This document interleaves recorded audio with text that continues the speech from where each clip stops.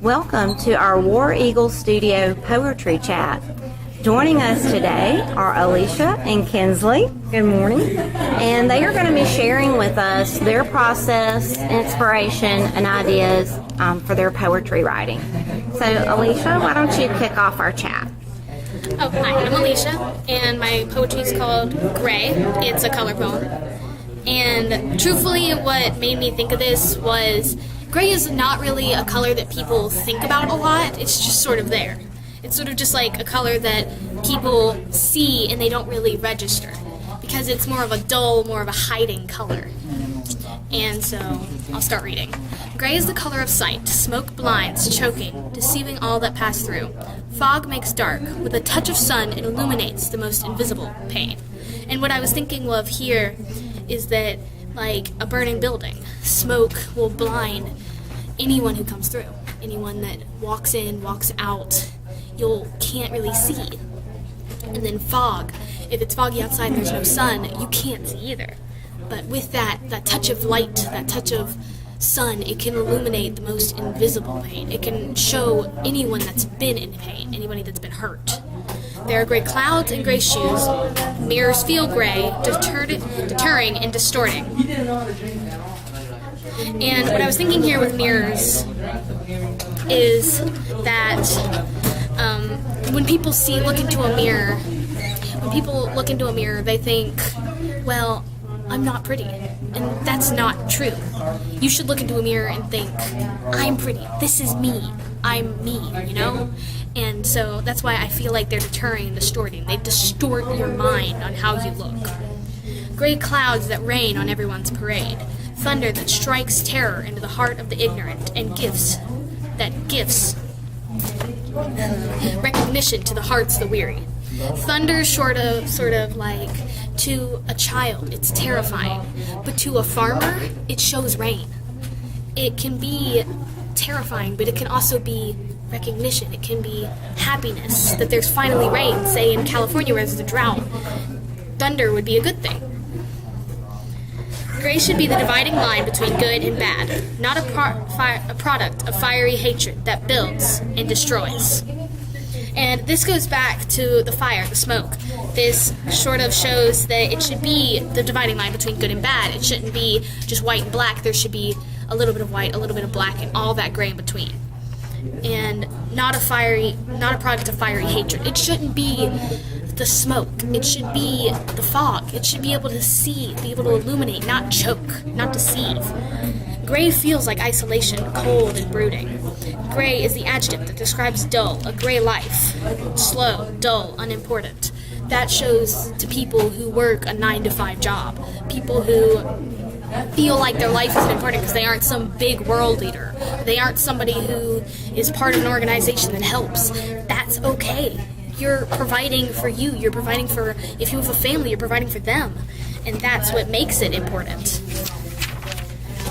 Gray should feel like acceptance, but gray smells like smoke. And it should really feel like acceptance. It should feel like somebody's accepting you when you feel gray. But it smells like smoke. It feels like that fiery hatred. It deceives, it chokes, and that's what this poem is about. It sort of shows the deceiving and the choking that color gray can be. But it should be that say I'm an 8th grader, and as a 6th grader, I felt like I didn't belong. And that's where writing came in for me. And I felt like the color gray to me was that acceptance to people who wrote, people who sang like I do, people who were like me. And that's where gray comes into me. It shows that acceptance, it shows that light to me. It illuminates pain in other people, but it also can deceive. And that's where I got the whole part of this poem. Well, I'm so impressed with your whole process and thinking, and it's just very inspiring, I think, to any of us to see how invested you are in your writing and how it helps you see the world through that lens of poetry. Right, thank you for sharing with us. Right, and we have also joining us today, Kinsley. And Kinsley, tell us a little about your thoughts on your poetry writing process. My poem is called Blue's Beauty because to me blue is a very peaceful color, it's very calming, but A lot of people don't think it's really like a good color.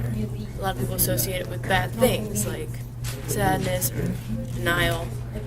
But to me, blue is it's like very peaceful, and it's just a beautiful color in general.